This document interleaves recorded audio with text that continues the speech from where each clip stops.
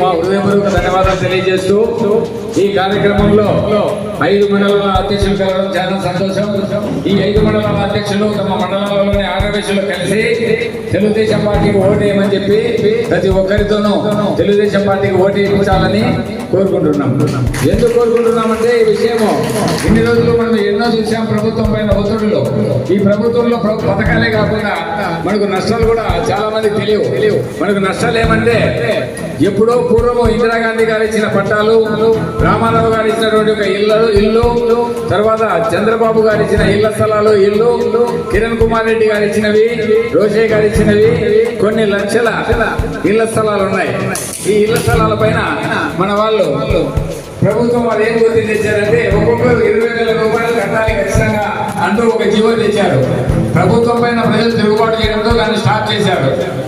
ఇటువంటి కార్యక్రమాలు చేస్తున్న ప్రభుత్వాన్ని మనం సమర్థించకూడదని తెలియజేస్తున్నాం.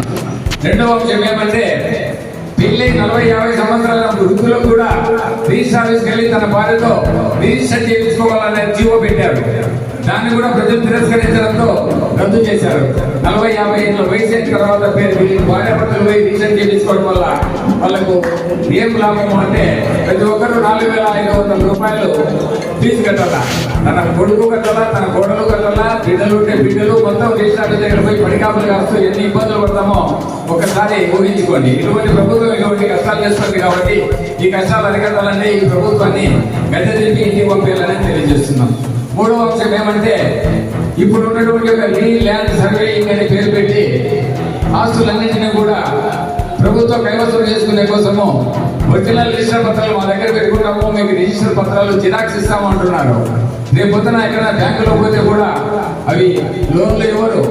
ఇవన్నీ చాలా కష్టమైనటువంటి పనులు. ఈ యొక్క సమస్యలు మన అమాయక ప్రజలపైన చేస్తున్న ప్రభుత్వంపై తిరుగుబాటు చేయడం మన చేత కాదు. కాబట్టి ఇప్పుడు అవకాశం వచ్చింది కాబట్టి ఈ ఓటు అనే ఆయుధంతో మనం ఈ ప్రభుత్వాన్ని గద్దె తిప్పి తెలుగుదేశం ప్రభుత్వాన్ని గద్దెనెక్కించాలని, చంద్రబాబుకి ఓటు వేయాలని మన నియోజకవర్గంలో ఉన్న ప్రతి ఒక్కరు కూడా సుట్టమ్మ గారికి ఓటు వేసి, అలాగే పార్లమెంటు అధ్యక్షులైనటువంటి సభ్యులైనటువంటి అమితా లక్ష్మీనారాయణ గారికి ఓటు వేసి,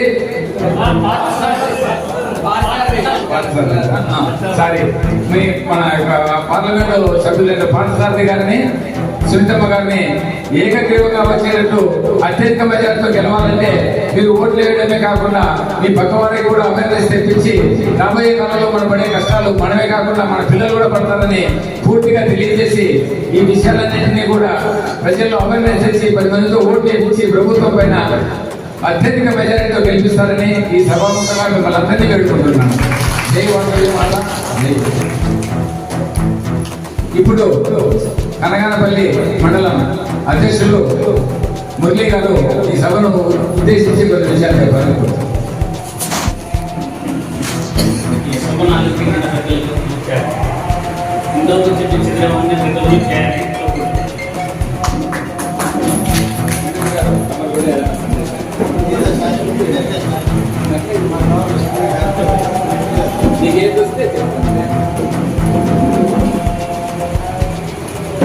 జై వాసవి మాత, జై వాసవి మాత. ఇక్కడికి వచ్చిన ఆర్య వయసులందరూ మహిళామణులకు, అలాగే అన్నతమ్ములకు అందరికీ నా యొక్క హృదయపూర్వక నమస్కారాలు. అన్న, ఒకటి, మనం ఈ ప్రభుత్వంలో ఎంత ఇబ్బందులు పడినామో అది మనకే తెలుసు. ఆర్య వయసులన్నీ కూడా గుర్తించుకోకున్నట్ల మనం ఏ గలాటికి పోయేవాళ్ళు కూడా కాదు. అయినా కూడా ఆర్య వయసులన్నీ గుర్తించుకోకున్నట్ల నానా ఇబ్బందులు పెట్టి ప్రతి జిల్లాలోనూ ఎంత ఇబ్బందులు పెట్టి ఆర్య వయసులు అంటే లెక్క లేకున్నట్లు చేశారు. అందుకని ఇప్పుడు నారా చంద్రబాబు నాయుడు గారు ఒకటి మనకి ఏమని చెప్పారంటే, ఇప్పుడు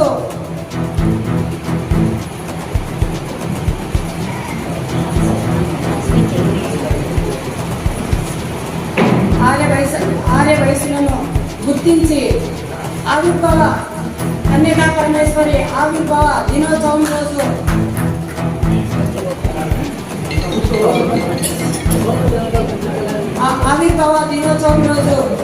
సెలవు ప్రకటించాలని ప్రభుత్వం ద్వారా నేను అధికారంలోకి వస్తే ఈ పని ఖచ్చితంగా చేస్తానని మనకి హామీ ఇచ్చారు.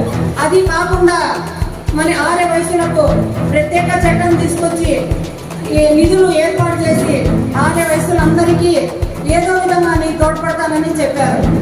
దానిలో భాగంగా ఆర్య వయసులంతా కలిసి టీడీపీ ప్రభుత్వాన్ని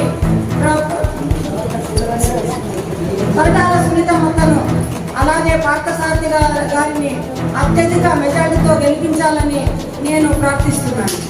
ఈ అవకాశం ఇచ్చిన పెద్దలకు ధన్యవాదాలు. రాష్ట్ర నియోజకవర్గం అధ్యక్షులు దినేష్ గారు మాట్లాడవలసిందిగా కోరుతున్నాను. ఈనాటి రాప్తాడు నియోజకవర్గ ఆర్యవైశ్య ఆత్మీయ సమ్మేళనం ఏర్పాటు చేసినటువంటి మన కార్తీక్ గారికి, అలాగే నగరం చంద్రమహేష్ గారికి, ఆత్మకూరు గ్రామ ఆర్యవైశ్యులందరికీ హృదయపూర్వక నమస్కారంతో ఈనాటి ఈ ఆర్యవైశ్య ఆత్మీయ సమ్మేళనం ముఖ్య ఉద్దేశం ఏదో ఒక మనం పరిటాల కావచ్చు లేదా తోపుశుద్ధి కావచ్చు, మనం ఎవరి తొందరం కాదు. ఆర్యవైశ్యులందరూ రాజకీయంగా చైతన్యవంతులై ప్రతి ఒక్క ఆర్యవైశ్యుడు కూడా రాజకీయ అభివృద్ధి చెందాలనే లక్ష్యం మన ఆర్యవైశ్య లక్ష్యం. కావున ప్రతి ఒక్క ఆర్యవైశ్య సోదరుడు కూడా ఎవరికి తొత్తులుగా మారి మనం బానిసలు కావాల్సిన అవసరం లేదు. కావున ఇప్పుడు రాబోయే స్థానిక సంస్థ ఎన్నికలలో కావచ్చు, నామినేటెడ్ రాజకీయ పదవులలో కావచ్చు, ఆర్యవైశ్యులకు సముచిత స్థానం కల్పించాలి. ఈ సముచిత స్థానం కల్పించడం ద్వారానే ఆర్యవైశ్యులకు న్యాయం జరుగుతుంది. కావున ప్రతి ఒక్క ఆర్యవైశ్య సోదరుడు కూడా రాజకీయ చైతన్యవంతులై మనము ముందుకు వెళ్ళాలి. మనం ముందుకు వెళ్తే తప్ప మన కూడా ప్రశ్నార్థకంగా మారే రోజులు వచ్చాయి, రాబోతున్నాయి, ఇంకా అధికం అవుతాయి కూడా. దానికి ఉదాహరణ రాష్ట్రంలో చూడొచ్చు. అనేక మంది ఆర్యవైశ్యులు ఈనాటి అధికార పార్టీ అయినటువంటి వైఎస్ఆర్సీపీ ప్రభుత్వంలో చాలా మంది చెప్పబడ్డారు. ఇది ప్రతి ఒక్కరికి తెలిసే విషయమే. కాకపోతే చాలా మంది ఆర్యవైశ్యులు రోడ్డు మిలవడం లేదు. దేనికి మిలవడం లేదు? భయమా? దేనికి భయం? పోయి డబ్బులు లేవు మన దగ్గర. చాలా మంది ఆర్థిక స్థితిమంతులు ఉన్నారు. ఈ ఆర్థిక స్థితిమంతులు ఎందుకు ముందుకు రావడం?